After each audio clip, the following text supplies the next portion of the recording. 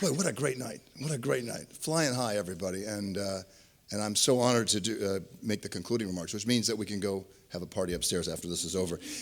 How many of you are children of parents who did not graduate college? Raise your hands. How many of you who are graduating in 2016 didn't ever think that you'd be here on a stage graduating from college? Raise your hands. I join you on both counts. My parents never graduated. They went to college, but they didn't stay long. They couldn't afford it, and so they went back to work to help out their families. And I've done a lot of thinking about my mother and father in the last 4 years that I've been here at the new school. I can't help but wonder what they would think about this week, about what's happening Friday, about tonight, about coming here on this stage where so many great people talked, including Martin Luther King in 1964. As it turns out, a year after Dr. King spoke here, I heard him speak in Los Angeles in 1965, February 26th. I know because it was my 15th birthday. And he was speaking at the pulpit where I had been bar mitzvahed at a Temple Israel of Hollywood. His speech back then, so powerful and so meaningful. His commitment to speaking out, as we know, against injustice and taking action. And for me personally, it resonated powerfully. And as I would find out in my first tenure for 4.5 years in college before, and that was not long after I heard Dr. King speak, it would help motivate me to speak out and take action against wrongdoing. And because of what I did then, with Dr. King very much in my mind, because of what I did back then, I am here tonight at the New School, embracing all the ways that the pursuit of knowledge intersects and intertwines with our lives. We all have backstories, as we heard earlier, but I know everyone out there who's graduating has a backstory that's amazing. And with your permission and indulgence, I'd like to tell you mine. I was kicked out of college 44 years ago. And this is what I looked like when I was kicked out of college.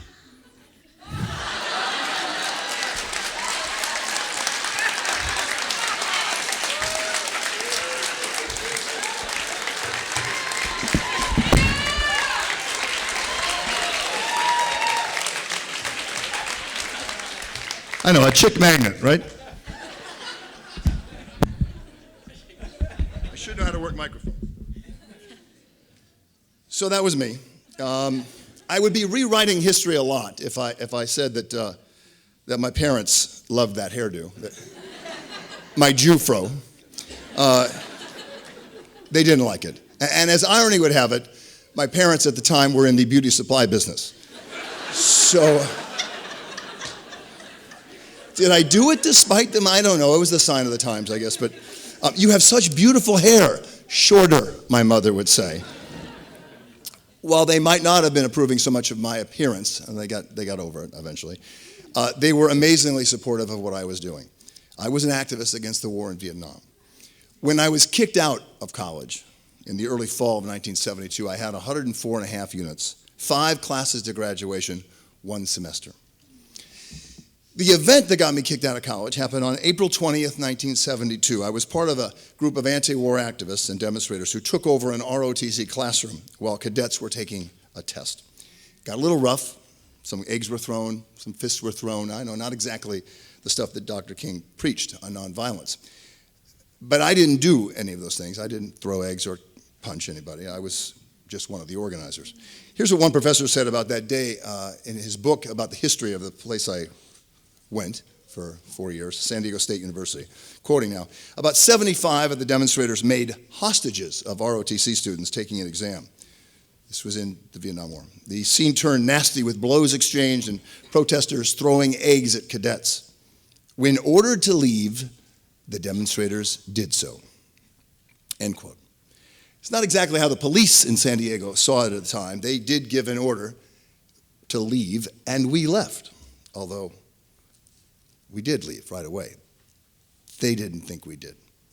Nonetheless, I was charged criminally with failing to disperse, an unlawful assembly, and trespassing, I don't know, tearing a tag off the pillow when you're not supposed to. I was kicked out of school. The demonstration, I didn't know at the time of that demonstration that day back on April 20th, 1972, changed my life, because after I got kicked out, I never went back to college. And I wore my lack of degree as something of a badge of honor, my price for having fought against what I thought was an unjust war. A small price to pay, I thought, all these years, compared to the real cost of that war, not just the money, not just the country going in 15 wrong directions, but the 50,000 young Americans who gave their lives. And the hundreds of thousands of Vietnamese, some say it's up to 1 million, who were killed during the time we were at war there. As it happened, the demonstration that ended my college career, my first attempt anyway at college, was 44 years and 1 month to the day of our upcoming commencement ceremony on Friday. And if my math is correct, that's 16,101 days, or my life, from 22 years to 66 right now. In that span, I've had about a dozen employers, 6 dogs, 4 cats, 3 children. My life. When my oldest child went away to college in 2011, she gently challenged me to go back to school and finish. And I accepted her proposal. And I ended up here at the new school.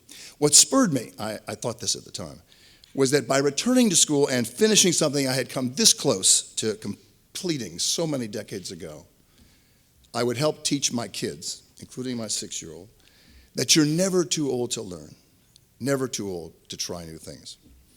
But now, from this perch, 4 years later, I realize it is I who learned the great lesson. Understanding that I will never be too old to learn new things, that I can still challenge the status quo and study subjects and complete projects that, like the anti-war activities years ago, and I hope some of my journalistic endeavors since then, have made some kind of difference to society.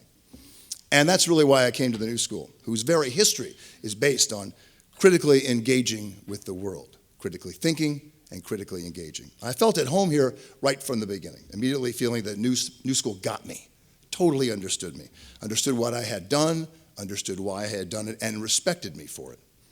I felt like I really fit in with the new school's mission and history. And so when this university challenged me, including some of the professors behind me, challenged me in my courses, it felt right and natural to respond to that challenge, and I think I have.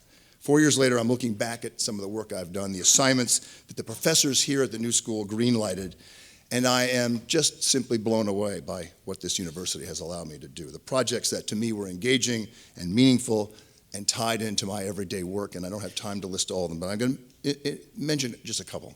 I studied the role, first project I did was to study the role of protest music right here in Greenwich Village. Protest music back in the 60s, early 60s, that helped change the country during the anti-war and civil rights movements and had a profound effect on millions and millions of young people. I analyzed the New York City public school system, the biggest in the country, with a budget bigger than half the states in the US. I interviewed former chancellors and educators to come up with new proposals that would simply improve the New York City school system, which has its share of problems with a 62% graduation rate. I'm sorry, 63%. Like not letting kids drop out when they're 16. There's a state law that says they can drop out. I don't know, maybe it's to go back and work in the family farm in Manhattan. I don't know what that's about. There's no reason for it. Make it 18. President has called for that. It's time for the state to get on board. I dove deep into the politics of prison food based on one simple question asked by my wife Kathleen. She said, as I'm coming up with a project, why don't prisons have gardens like they used to have a very long time ago? You know, allow inmates to grow something, nurture something, many for the first times in their lives. It was a great question, and that simple question led to an amazing discovery that a new movement had indeed just been born within the last couple of years when I started this project, that prison gardens were in fact sprouting across the country, where recidivism rates were typically 60 to 70% in this prison system we have with 2.2 million prisoners, bigger than anyone else. China is second with 1.4 million. Inmates who became prison gardeners had recidivism rates that were infinitesimal, 0 to the highest, and only one prison I found this, 10%. My project led me to report several TV news specials at WABC here in New York and at ABC News. In fact, the day after my ABC News story aired, the woman we profiled, a young activist who started a garden in, of all places, San Quentin in California, received a call from the head of the Department of Corrections in California, who asked her to start putting up and building prison gardens in the other 31 state prisons in California. Since then, 2.5 years ago, she has taken her organization nationwide. I'm so proud of that.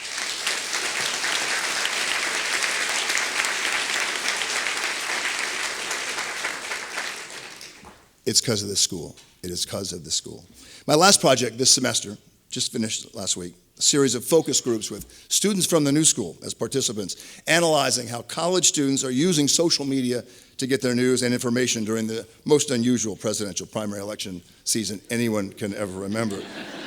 But importantly, for those of us in the conventional media, using social media and not as much conventional media. And it has already meant that I'm using the findings from these 3 focus groups to really try to improve how we disseminate our information on the job in an industry that is losing ground to social media to some degree.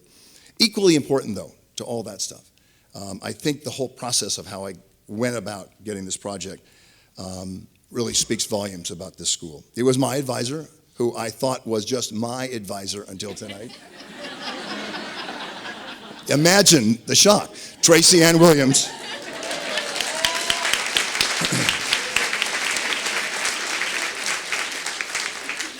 Before I do it, Tracy Ann, in my tenure 4 years, she finished her PhD. She became a mom. She has graduated too, just like her students.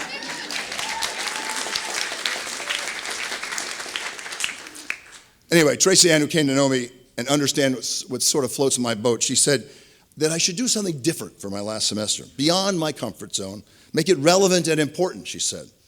And so with her guidance, I came up with a plan that involved other professors from here at other universities. I could never have imagined working on a school project at college where the school was so active. And I got real support from recruiting students. We had to get students for these focus groups, one of which is Pilar, is my fellow 2016 college graduate. Hi, Pilar. I'm going to send you the story of the study. It's really interesting. And you were fantastic. You were fantastic. It was videotaped. The sessions were videotaped by students.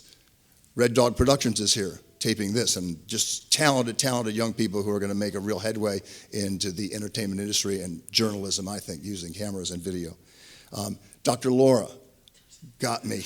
Dean Laura got Dr. Laura. That's an old radio psychologist, right? This is what she's going to start doing when she leaves the deanship. She has a lot of fodder for it. She got Red Dog to be involved in it, and they were just a wonderful experience. It burnished the whole process. Forgetting the outcome, the product, the process burnished my bond with this real magical place of learning in the new school, a place that teaches us indeed to be our best selves. I'm so high from this experience. I really am. Not like I was back then. To make that clear, because I still got to do the 11 o'clock news tonight. I mean, I wouldn't be, even if I didn't have to do the 11 o'clock news tonight, since we're streaming live to my bosses. But I am high from this experience just the same, and proud to call myself, come Friday, a new school alum. But we who have come, and we have come a long way, perhaps some of us with many, many decades of a gap, we especially, I think, have a bigger responsibility than the typical new school alum. We are now bright beacons for the mantra that we indeed are never too old to learn, or to be engaged and to be active, to be curious and always questioning, and to be open to whatever answer we might find, no matter where it takes us. That really, I think, is the essence of a new school education. Yes, we all have backstories, and we heard some of them tonight. You heard mine.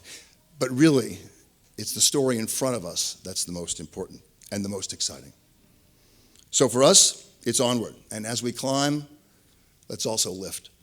And to quote the motto of the school of my 6-year-old daughter, Ella, let's go forth unafraid. Congratulations.